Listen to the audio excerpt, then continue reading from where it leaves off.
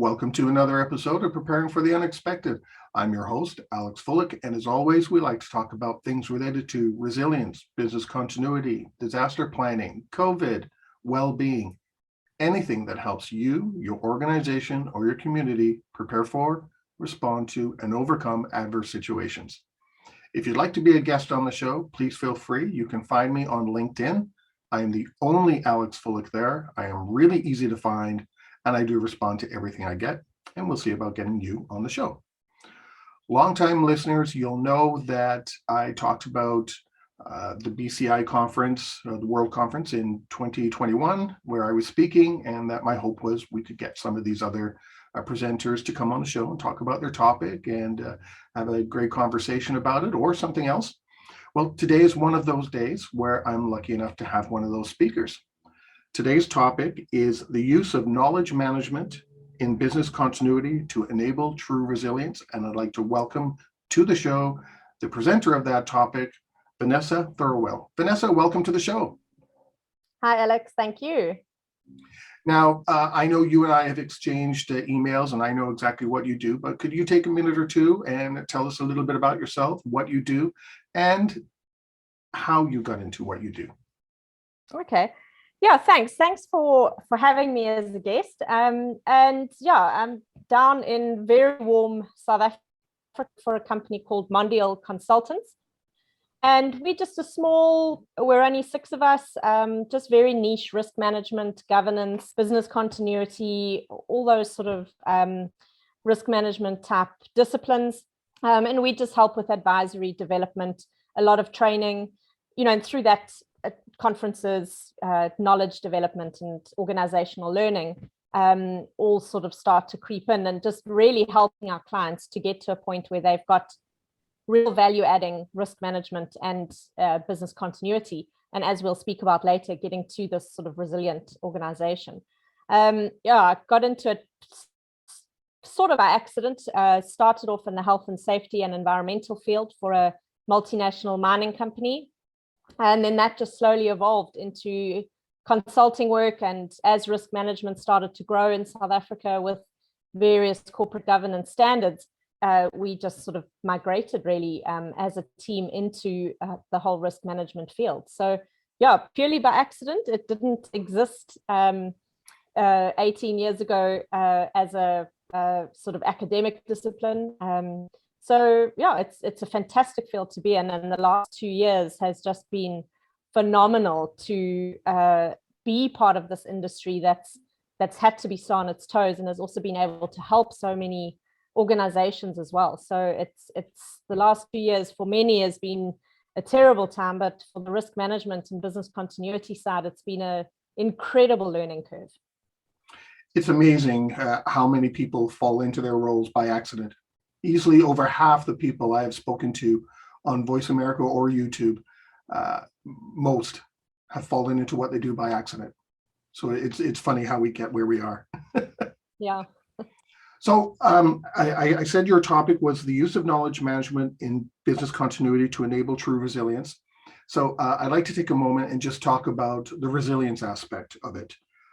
Because you talk about the principles of resilience and a resilient organization and some of the indicators. Can you brief us on all of that? So a resilient organization, it's really about bouncing back. We see a lot of organizations that get very stuck in their ways. We're very bureaucratic. We've got these authority hierarchies, and it's big or small organizations, public or private sector. But resilience is really about having that adaptability and being able to think differently when a situation presents itself. And obviously COVID, and you said it in your introduction as well, is talking about all things COVID. It's been one of the biggest case studies for us to see how organizations who are resilient have adapted. And you can go back to the old adage of adapt or die, but it really is about having these structures in place that can help us to rebound, not just be dead in the shock of something that's happened, whether it's a economic impact or physical, or a fire, or severe weather where, let's say we've lost access to our operations. there's all sorts of opportunity or all sorts of issues that happen that can present the opportunity. And if we've got the right frameworks in place that goes beyond just our traditional business continuity, that's then where the resilience comes in. So managing the emotions, managing the panic, having structures that can adapt to the specific change, as we saw in the last 2 years of moving to work from home arrangements. You look at an organization that maybe deals with massive conferences. What are they doing now? You can't just, you have to just have that change in your organization and developing and growing as an organization as well. And it comes down to these different components where it's like the culture in our organization, it's the awareness of the situation that we're facing, our ability to be creative and think on our feet and not have these complex decision-making authority structures, not working in silos, and having this organizational knowledge, which is what we'll start to speak about as well. And just in South Africa, we've got a saying, when you do need to, a boer maak 'n plan. So a farmer makes a plan is the direct translation. And it is just that, is a crisis presents itself, right? What do we do as an organization to be able to carry on and adapt to whatever our new normal is going to be? You mentioned people, and I just wanted to go back to that. Organizations need to be resilient, and you gave a lot of the examples there. What about the people involved themselves? Do they need to have some sort of understanding or feeling or training in resilience themselves? Because if you mentioned decisions and you mentioned the hierarchy, if the people aren't resilient themselves in those positions, that's got to be a hindrance, right? So how do the people get involved with this? It's such a great question, and it's such a rich question as well, because it comes down to the empowerment of our people. Are they empowered to make decisions, or are they too scared that they're going to get into trouble? And again, that depends on our hierarchies. There's also then yes, we do have to have plans and structures and training and our simulations that all form part of our traditional business continuity. But if our plans are too static and prescriptive, that, right, it's step 1, 2, 3, to step number 25, and crises don't pan out as those steps 1 to 25 will need us to carry out different actions. So we really need to understand our organization. We need to understand our objectives and what we're trying to achieve as an organization. But then we've got to have the tools to be able to respond. And it's down to sort of decision-making tools where certain things are pre-planned, like emergency expenditure. We know who can authorize what, who can send the charter plane into wherever to go and collect people, who can, depending on what's happened. So we have certain governance structures in place. It's not that everyone can just run riot and make whatever decisions they want. But there's a metaphor that we use of chefs, recipes, and ingredients. And our whole approach is you can give any person a recipe and some ingredients, and they can follow the recipe and make this fantastic dish. But we need to train people to actually be chefs in the kitchen, that they can use whatever ingredients they have. It may not be a complete recipe, but they can turn something into a fantastic dish. Like a Master Chef challenge where you've got certain ingredients and you've got to make something. So we want people to be able to deal with a situation with what resources they have and not feel that they are only empowered to follow a step-by-step plan. And again, it's still within the bounds of governance structures. We can't just, as I said, run riot. Yeah, I remember having a conversation with someone a little while ago, and we were talking about step-by-step plans. And I said, the only thing that you want to make sure you follow step-by-step is when you're rebuilding a server or a mainframe or something. You can't deviate and do it your own way. That you got to follow. But when it comes to people, that's different. There are so many different things to to incorporate and to consider and try And make decisions on. Go ahead. And also what you've got to remember, or what everyone's got to remember, is I'm going to look after myself and my family first. So if it's severe weather, I'm not hanging around at the office. I'm going to go and protect my household and my family. We saw in COVID absenteeism, both from people being ill, but as well as family members.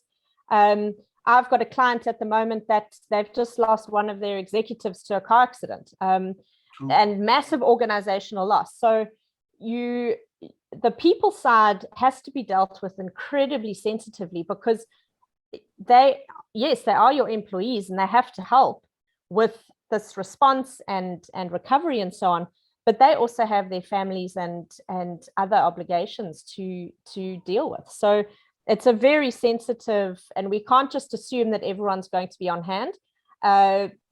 Events don't unfold on a Tuesday afternoon at 1 o'clock when everyone's finished their lunch.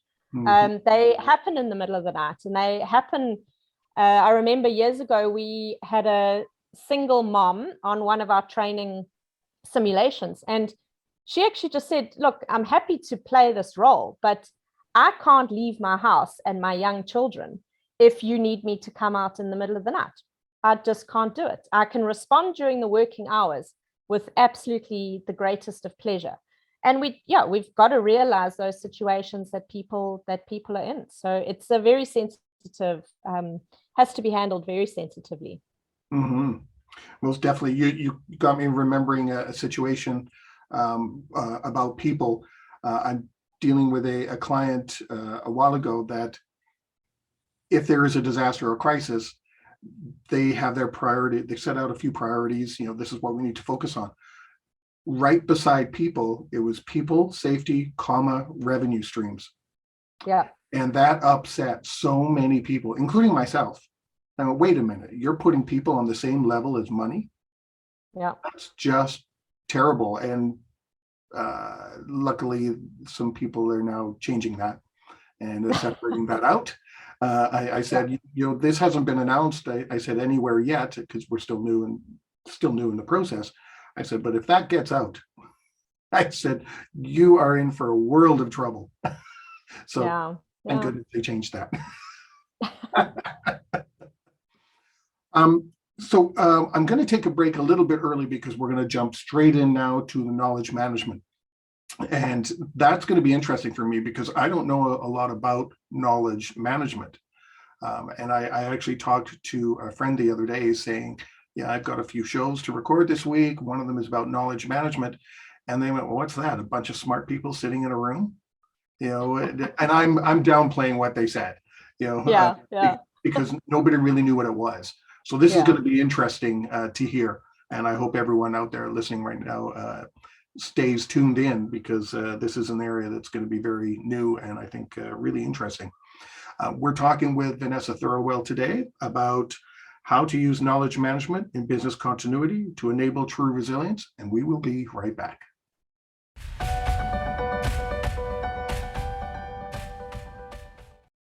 Welcome back. Today we are talking with Vanessa Thurlwell on the topic of use of knowledge management in business continuity to enable true resilience. Vanessa, great first segment talking about resilience there. Now let's move on to the real big meat and potatoes part of your presentation. Knowledge management. Now, as I said before we went on break, this is new to me. So, and I'm sure it might be for a lot of listeners and viewers. What is knowledge management? Can you tell us about it? So, Alex, I'll start with a bit of background. When I actually started, part of my risk management journey, I ended up at a management consulting firm. Through various circumstances, ended up actually moving internally for it was about a year or two, and to build or form part of this knowledge management team. And it was really an internal team that served to build and set up this knowledge management framework to help all the other consultants. We were about 300 consultants in this organization to actually manage all the knowledge that was being built in the organization. So, we're servicing clients, we're building all these wonderful systems and products and stuff, but no one was actually sharing knowledge of what's worked well in projects, what IP we're developing, and so on. So we now try to formalize this framework of sharing the knowledge. We had this whole big SharePoint system, and really sharing successes and failures, sharing what's worked well in projects and so on, and under this banner of knowledge management. So that's how I started to get into it. And it was only a couple of years later that it was sort of a light bulb moment of, let's actually marry the two now and bring knowledge management into business continuity and risk management. Because essentially, and by definition, is knowledge management is the process of creating, sharing, using, and managing the knowledge and information in an organization.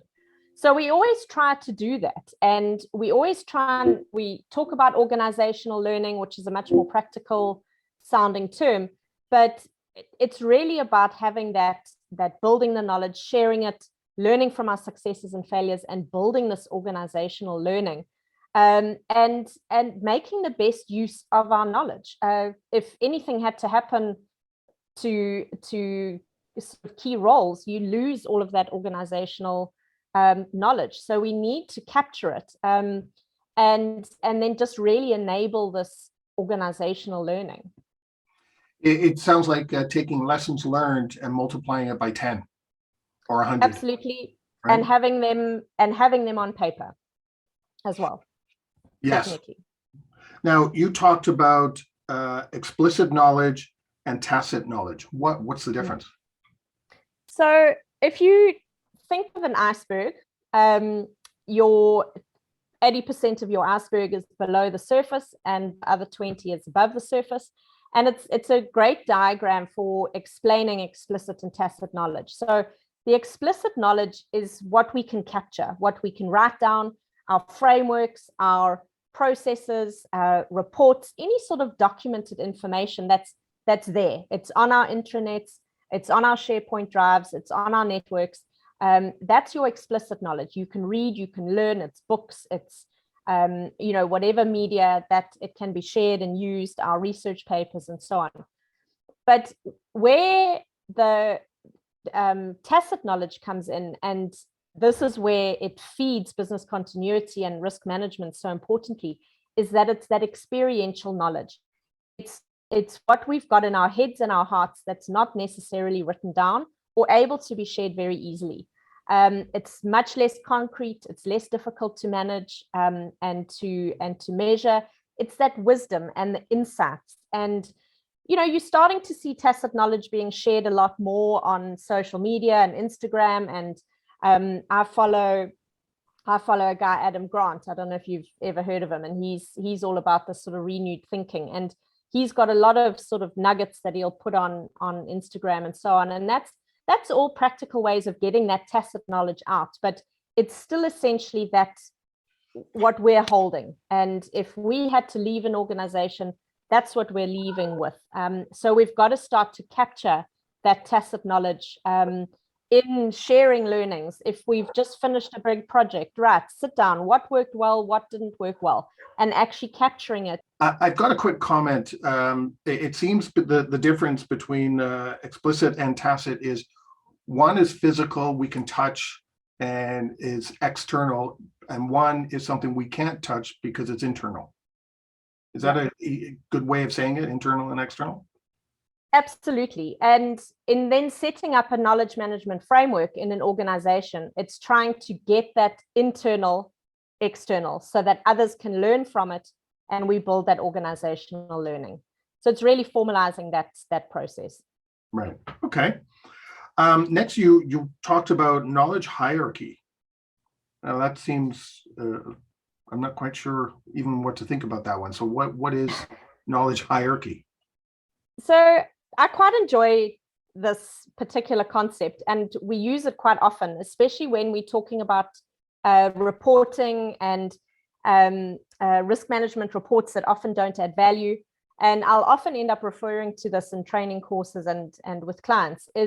So basically you have data, and we're living in this world of overwhelming amounts of data, but that data is useless unless it is converted into information, that it then actually means something. Otherwise, it's figures and words. And whereas once it becomes information, it gives meaning to our data. So it's the who, the what, the where, and we're able to question it. We're able to interrogate it. Okay, so it's detailed information. So data is just stuff. It's just your ones and zeros, little or no meaning. Just really not. It hasn't been analyzed. It's really, often just the sort of just pieces as they're standing on their own. It's not giving much meaning, and it's certainly not a decision-making tool either. So data needs to become information, and information then needs to give us knowledge. So this is where we're now using our data and our information to understand how things work, understand our organization, understand our risks, understand how events will affect us, and really starting to process that information into some sort of value-adding decision-making tool. And then going on to the final step is that then becomes the wisdom component, where we have the wisdom. We can now, decision-making is intuitive. The resilience comes in because we understand our organizations so well. We can be proactive. That tacit knowledge is coming in.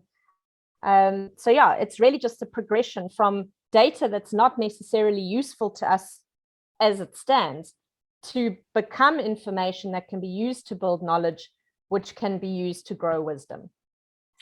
So what is knowledge management? I'm guessing that builds on what you just talked about, right? That's just our way of then formalizing it into a sort of discipline that we can apply across our organizations.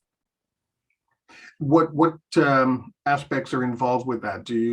Is there anything specific or anything special with that, or is it different from organization to organization? So, okay, that's a very good comment, because it has to be much like business continuity and risk management. It needs to be appropriate to our organization. What works for Microsoft is not going to work for us as Mondial. It's got to be unique to your organization. Different organizations will have different knowledge needs, different business continuity needs, different culture, organizational culture, different levels of maturity.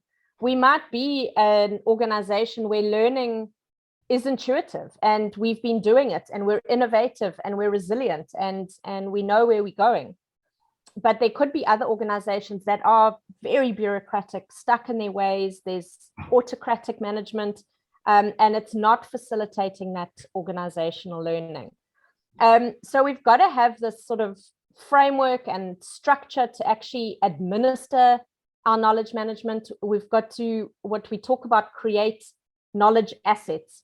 So after a project, do a learnings and successes or learnings from successes and failures, root cause analysis, document those learnings, capture them, share them, so that the next project that starts, we've got that those learnings. So we don't make the same mistakes, but we also ensure that the same successes actually happen. So capturing that, storing it, be it on a SharePoint type system or our intranet, we could be really creative. And notice boards. We used to have, when we were doing all this knowledge management at this consulting firm, we had these rolls of plastic stuff that through static stuck on your wall, and you could just scribble with the whiteboard marker. Just be creative of how you share these knowledge assets. It doesn't have to be neatly filed in a document management system. And then sharing it, having ways interactive, if it's coffee sessions, or obviously in this virtual realm now is with if it's on Zoom or Teams or whatever, but finding ways to share these knowledge assets. And obviously it takes a bit of administration and management to know who needs what. If there is a new project starting, someone hopefully has the ability to figure out the other learning documents and the assets from previous projects that can now be applied. and then transferring that knowledge, coaching each other, mentoring each other, just discussing, if it is successes and failures, or best practices and so on, and that we're actually transferring that knowledge across our organization. So it is, and you do need to have a framework to do that. I do have a project management background and program management background, as well as business continuity, etc. And it's probably no surprise to you, but for many, it's surprising how many times the same issues crop up from project to initiative, because you don't share or they don't take the time to learn from previous initiatives, what went well, what didn't go well. And I don't know. I always felt we were experiencing the same things over and over again, even though I knew, they're not going to do this. Great. That means in 3 months, we're going to end up doing X, Y, Z. Sure enough, 3 months later, there we were. Yeah. Now, you also talked about program, some key aspects that make up a knowledge management program. There, what, 5 different pieces. Can you tell us about those? What makes up a good knowledge management program? Yeah, so the 5 that are, there's your people, your processes, your technology, your structures, and your culture. So your people, obviously, if you do have the available resources to actually have a knowledge management team, that's fantastic, who can start to really facilitate that that knowledge management, the development of assets, the sharing of the knowledge assets and the information. And otherwise, start to have champions in different divisions, where you say, right, you guys are our knowledge champions, and help to now spread the love, spread the knowledge, and really get the organization into this process of learning. And again, like with business continuity and risk management, it can't be this just process driven. So as much as we say we have to have our processes, we do still need to have flexibility, and those processes need to be enablers, not making us rigid in how we follow them. But so disseminating knowledge in creative ways. It doesn't have to be formal memos or meetings or whatever. Let's write on the walls. Let's get the information out there and have fun, and that it's enabler of business. It's not just becoming another initiative that we're adding to an already hectic workload. Then the technology, we've got so much out there of, if it's SharePoint or OneDrives or sharing, sort of folder shared drives, social media, Instagram, memes, posters, WhatsApp stuff. You can share so many nuggets of information using the technology that we've got, and it doesn't have to cost anything. So, and again, being creative in that, and we, from a personal side, I play lawn bowls. You might laugh and say I'm too young for that. But we're trying to, it's very etiquette heavy as a sport, and we've got a lot of members who go to competitions and they forget their etiquette, and it doesn't bode well to the club or to yourself as a player. And so we've actually started doing these little posters, little picture that gets shared on WhatsApp with the rest of the club, of a little nugget of etiquette. Like, just remember, you've got to pick up the mat and the jack and hand it to your opponent, or, just little things like that to remind people that instead of just giving them the rule book, which they're never going to read, just have little highlights of information for whatever it is you're trying to share in an organization, and just being creative with the technology. And then obviously the structures is having a structure in place, if it's, again, related to our people and our processes. If it's in different departments, we have champions, we have our actual processes. So it's really bringing that together. If there are sort of reporting structures, decision-making structures, and then any other business continuity or risk management structures that are in place as well. So what's the last one, the last piece? So the last one then is culture. And this effectively is actually the make or break of it. And it's the same with business continuity and risk management as well. If we don't have the right culture of wanting to learn, wanting to improve, wanting to be resilient, wanting to have this organizational improvement and managing our knowledge and learning from our successes and failures, if we don't have the right culture, that's not going to happen. And we'll just be the proverbial tick box exercise where we really don't actually add any value. So culture, it's so easy to talk about. It's so easy to understand how important it is, but it is one of the most difficult things to fix. And if tone at the top, our leadership are not committed and not promoting knowledge management and organizational learning and resilience, we're just going to be stuck in this process-driven cycle. So our culture, as it's such a big word at the moment, but it is one of the biggest issues to try and actually get right. Yeah, and it takes time too. It's not something that changes at the snap of a finger. Yeah. On that note, we're going to take our second break. We're talking with Vanessa Thurlwell today on the use of knowledge management in business continuity to enable true resilience, and we'll be right back.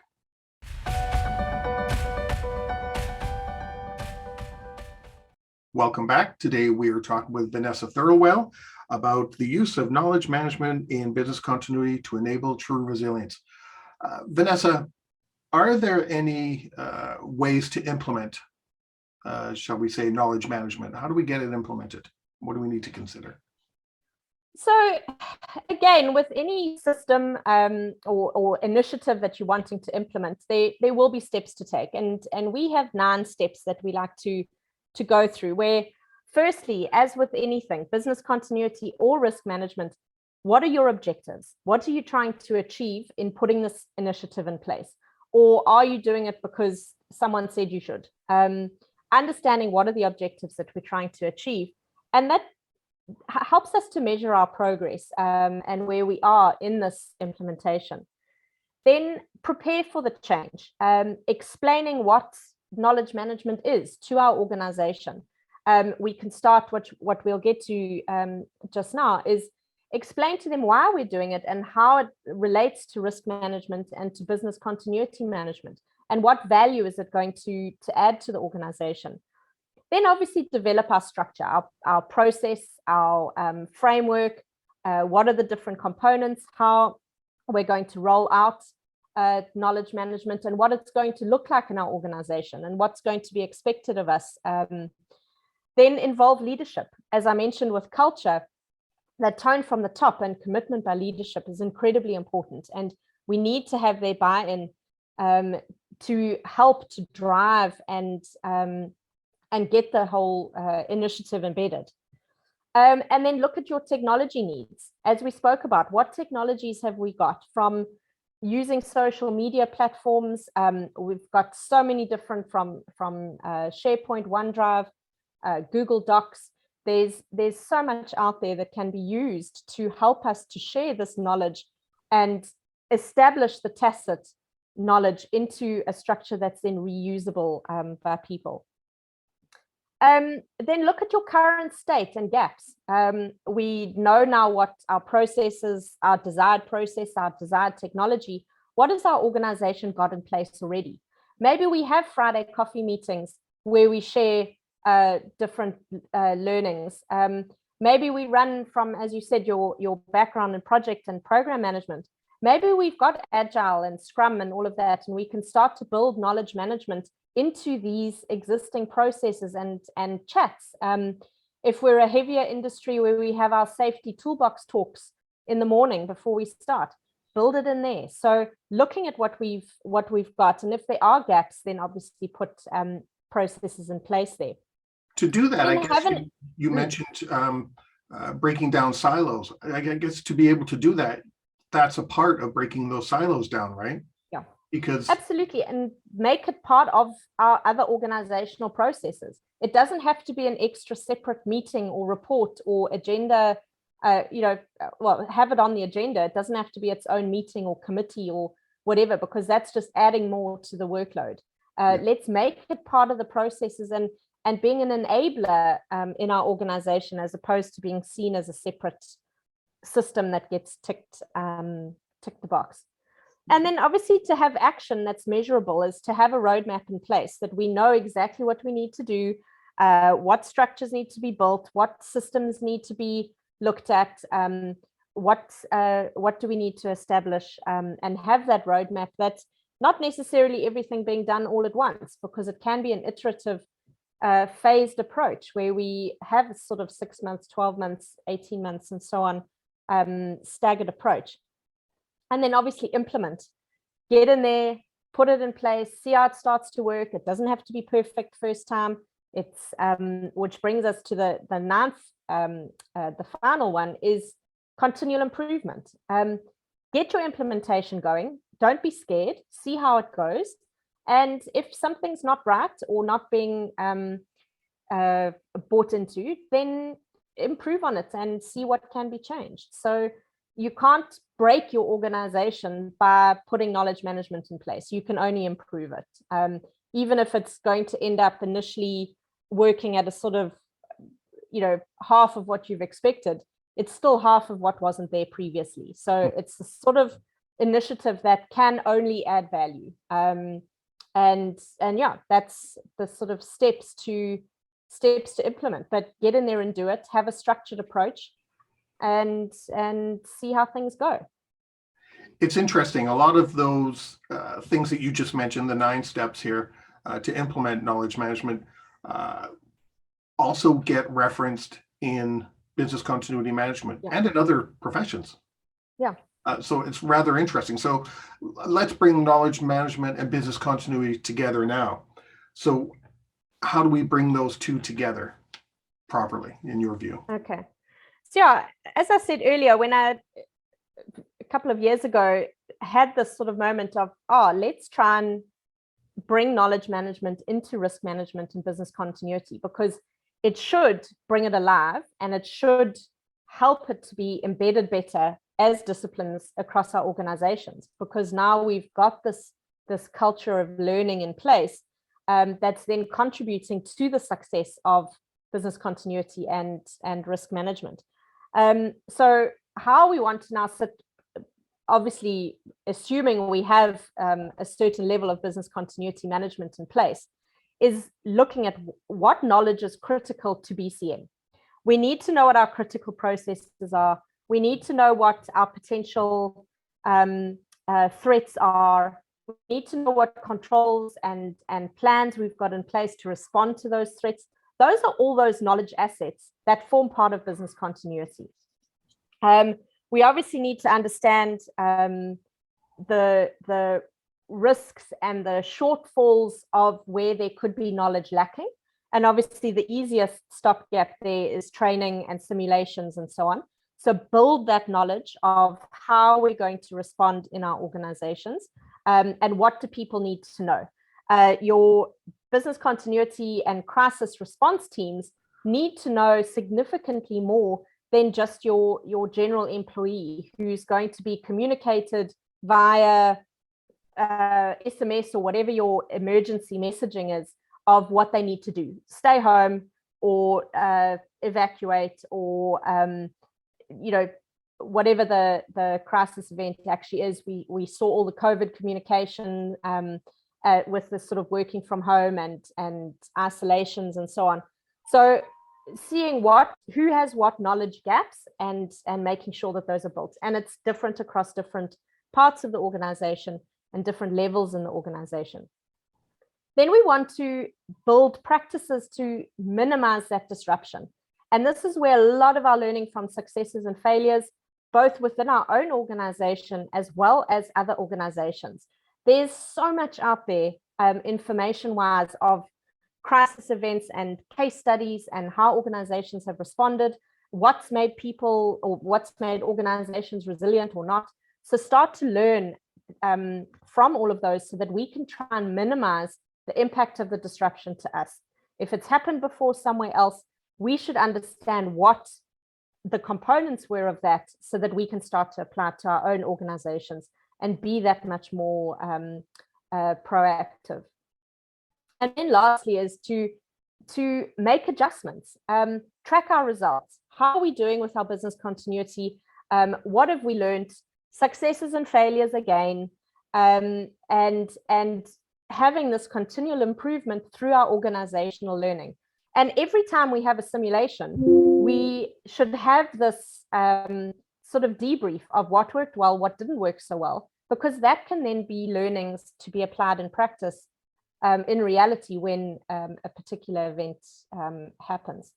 So yeah, it's really just about taking BCM beyond just the plan, making it that it's intuitive to us of how we need to respond, and getting to that, as I said earlier, the boermaker plan becomes just that much more intuitive to us, and we then know what is a good idea to, or a good way to actually respond.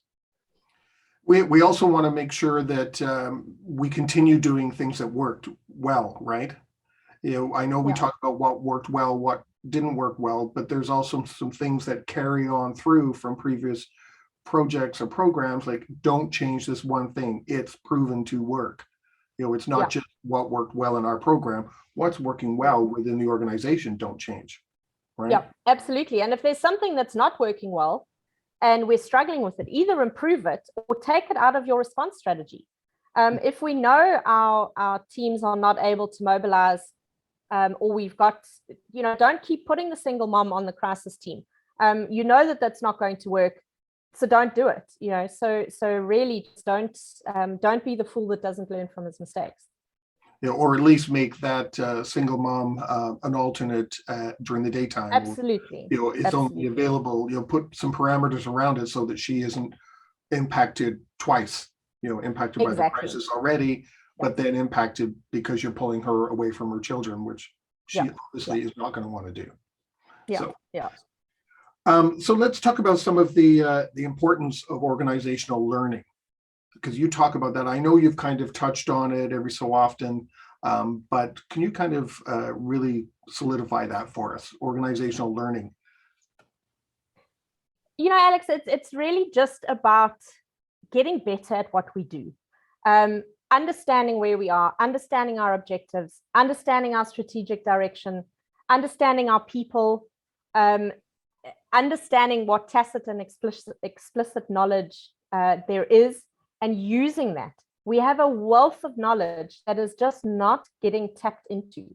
And it can apply, knowledge management is not only to business continuity. It'll start to improve so many different aspects of our organization because we are learning and we're becoming better at what we do. And that there's just this continual improvement, being BCM, financial management, risk management. We're open, we're transparent. It's really just about being better at what we do. And then when you overlay the need for the resilience, if we are the best that we can be because our organization is learning and improving, then we should be so on our toes and ready to be resilient to adapt to change.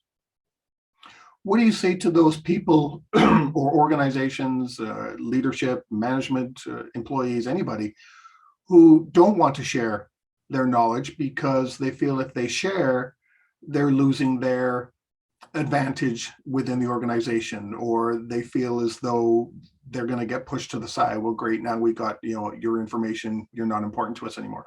What do you say to people who feel like that? Because there are a lot of people who don't want to share their knowledge or their skills for fear that they will no longer be needed. That I would almost say to that person, that shame. I feel very sorry for you because this is a product of the organization culture. You've been made to feel like that because obviously there's a bigger issue with performance management, that you feel you have to hoard your information and your knowledge assets where we should be sharing. But there is that. We get, if we are incentivized on different reports, or if you look in an academic context with research papers and so on, depending on how you're incentivized and how you're measured, then you are going to want to keep your knowledge to yourself. But we really should be about improving our whole industry. And, not just our own organization or our own team within our own organization. It really should be about the greater good, because then all of that learning is then helping with the rest of our bigger picture of resilience and being the best that we can possibly be. So it's a very sad situation to see that when people are hoarding. And if it is from a broader organization culture issue, then that needs to be dealt with from the top. Well, we've got just less than 2 minutes left. Do you want to take a minute with any final thought on knowledge management or resilience or business continuity or altogether? I would just say, be brave. Take those chances. We've seen organizations do things completely differently and really succeed. And we can't be just stuck expecting to do the same thing and expect a different result. So be brave would be my closing comment. Don't be afraid to open that can of worms. As some other people have said recently, been hearing that expression a lot. Yeah. Vanessa, thank you so much. Really great talk on knowledge management. Clears things up for me, because I to be honest, I wasn't clear on really what knowledge management was. But I definitely understand it now and how it can benefit an organization, and even me just as a person, within an organization working for people. So I really appreciate your time and expertise on this. This was great. Cool. Thank you. Thanks for the opportunity. It's always good to chat. Oh, my pleasure. And to everybody watching and listening, stay prepared, everybody. If you liked that video, thumbs up. If you didn't like that video, thumbs down. But leave a message and let me know what your thoughts are. If you'd like to be a guest on the show to talk about something related to business continuity, disaster management, COVID, personal well-being, anything that's relatable to those subjects, you can reach me through my LinkedIn profile, which is in the video description. And of course, don't forget to subscribe. In the meantime, stay prepared, everybody.